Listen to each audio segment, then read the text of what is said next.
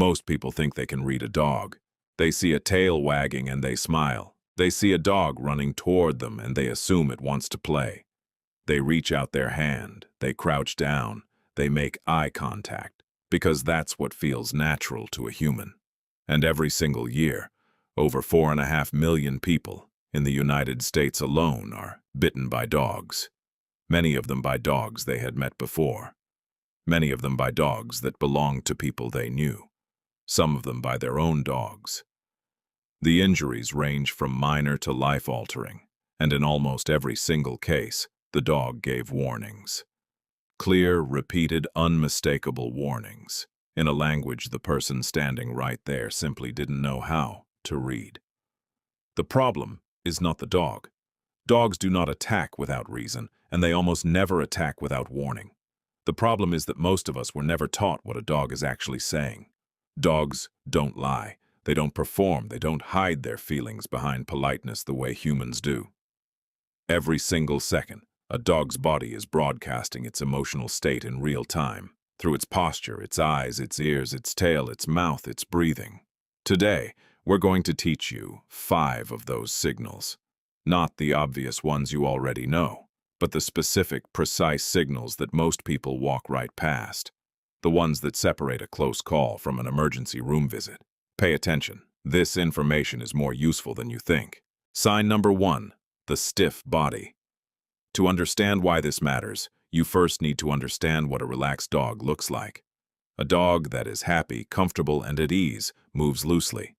Its body wiggles when it walks. Its tail swings from side to side in a wide, relaxed arc. Its head bobs. Its weight shifts naturally from one side to the other. The whole animal has a kind of fluid, easy quality to its movement, like it has no tension anywhere in its body. That is what safety looks like in a dog. Now watch for the moment that changes, because when something catches a dog's attention in a way that puts it on alert, whether that's an unfamiliar person, an unknown animal, a strange sound, or something it perceives as a threat, the very first thing that happens is the body goes still. Not calm still, frozen still. Every muscle in the dog's body engages at once. The weight shifts forward onto the front legs. The head comes level or drops slightly. The tail may rise or it may stop moving entirely and hold at a fixed position. The breathing changes, the eyes lock, and the whole animal becomes, in an instant, a completely different creature than it was 5 seconds ago. This transition, from loose to locked, is the single most important signal a dog can give you, because it happens before anything else. Before the growl, before the lunge, before the bite. The frozen, stiff body is the dog saying, "I have found something that requires my complete attention, and I have not yet decided what I am going to do about it." If you see this happen while a dog is looking at you, your response matters enormously. Do not move toward the dog. Do not make any sudden movements at all. Do not run, because running activates the dog's chase instinct and almost always makes the situation worse. Instead, stand still.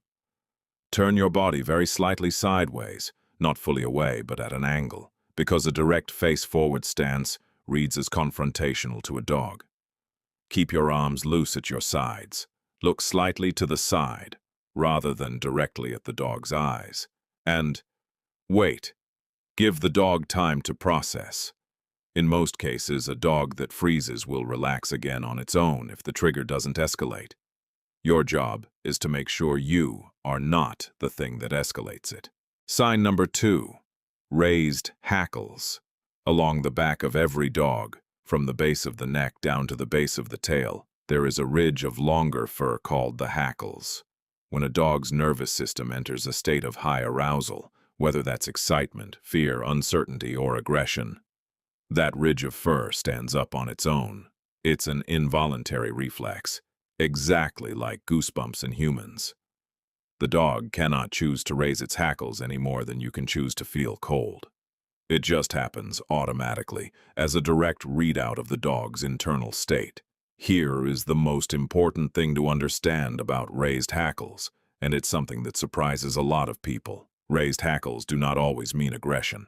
A dog can raise its hackles when it's extremely excited to see you, A dog can raise its hackles when it encounters something unfamiliar and interesting. A dog can raise its hackles during intense play. But here is what raised hackles always mean. Without exception, the dog's nervous system is in a heightened state. It is not relaxed, it is not neutral, it is processing something at a high level of intensity, and it has not yet come back down. This means that a dog with raised hackles is more likely to react suddenly to unexpected stimuli. It is less predictable than a relaxed dog. It requires more space and more patience.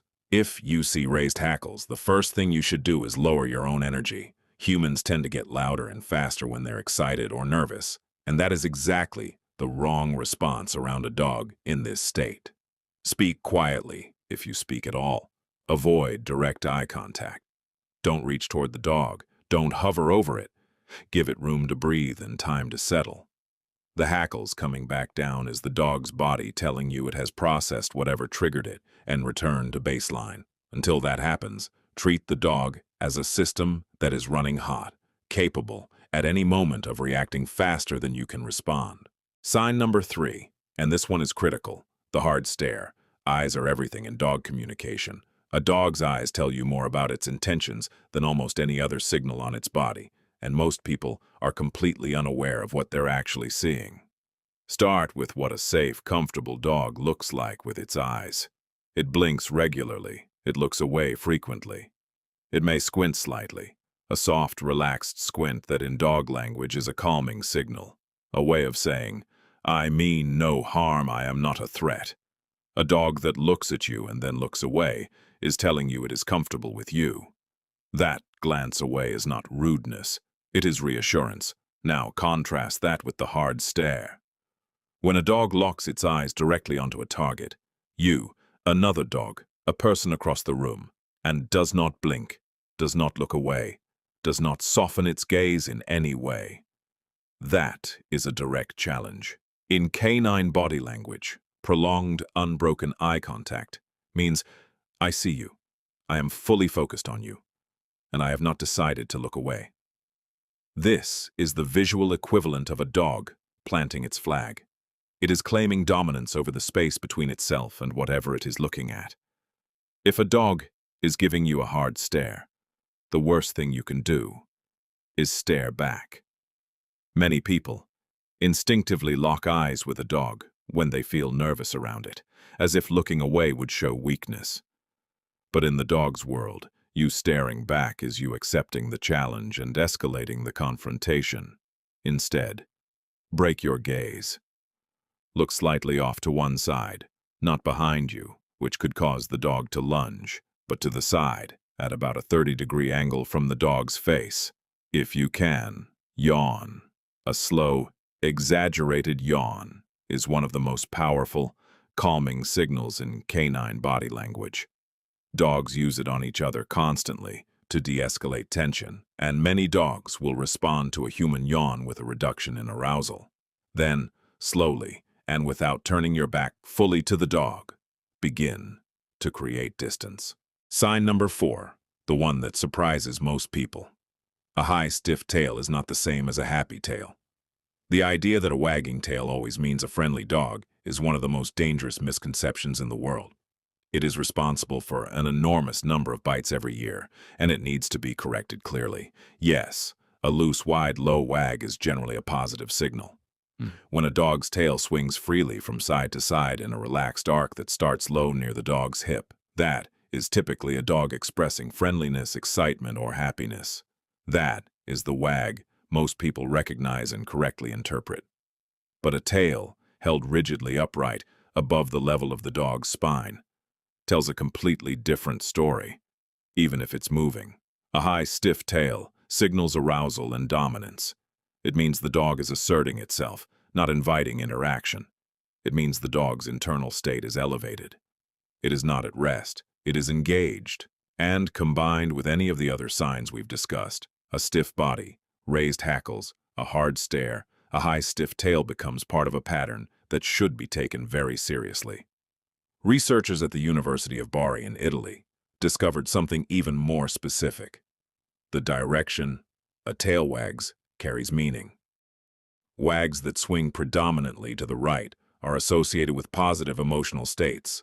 The dog is approach motivated. It feels safe. Wags that swing predominantly to the left are associated with negative emotional states, withdrawal, anxiety, fear-based arousal. You don't need to become an expert in tail analysis. Just remember this. The tail you want to see is low, loose, and wide. The tail that deserves your attention is high, tight, or stiff, regardless of whether it's moving. Sign number 5, the clearest warning a dog can give you before it acts. The lip curl. When a dog pulls back the corners of its mouth and lifts its upper lip to expose its teeth, even slightly, even in silence, that is the dog's final warning system engaging. It is the escalation of last resort, the signal a dog uses when every other communication has been ignored or missed. And here is something deeply important that most people get completely wrong. You should never punish a dog for growling or showing its teeth. This is one of the most harmful things an owner can do, and it happens constantly. The parent who scolds a dog for growling at a child. The owner who punishes a dog for lifting its lip when someone reaches for its food bowl. The person who shouts at a dog for showing teeth when it's cornered. What happens when you punish a dog for warning you? The dog learns that warnings are not safe to give, so the next time the dog is pushed to its limit, it skips the warning and it bites, directly, without the signal you trained it not to give. A dog that growls and shows teeth is a dog that still has self-control. It is a dog that is choosing communication over action. That choice, that restraint, is a gift, and it should be treated as one. When you see a lip curl, respond immediately and calmly. Remove the trigger if you can. If the trigger is you, remove yourself. Move slowly. Avoid direct eye contact. Do not raise your voice, and give the dog immediate space. Then once the situation is safe, consider what caused the dog to escalate to that level, because a dog that reaches lip curl has almost always given earlier signals that were missed. Dogs are not unpredictable. They are, in fact, one of the most communicative animals that has ever shared space with human beings. They have spent 15,000 years learning to read us, our faces, our voices, our moods, our intentions. They are extraordinarily good at it. The imbalance is that most of us never learn to read them back. Now you know 5 of their clearest signals. The stiff body that says, "I am deciding." The raised hackles that say, "My system is running hot." The hard stare that says, "I am claiming this space."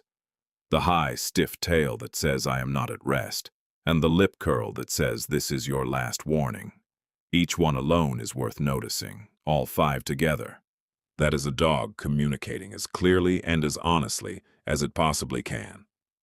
The only question is whether anyone is listening. Share this with someone who has a dog or someone who doesn't, because both of them need to know this.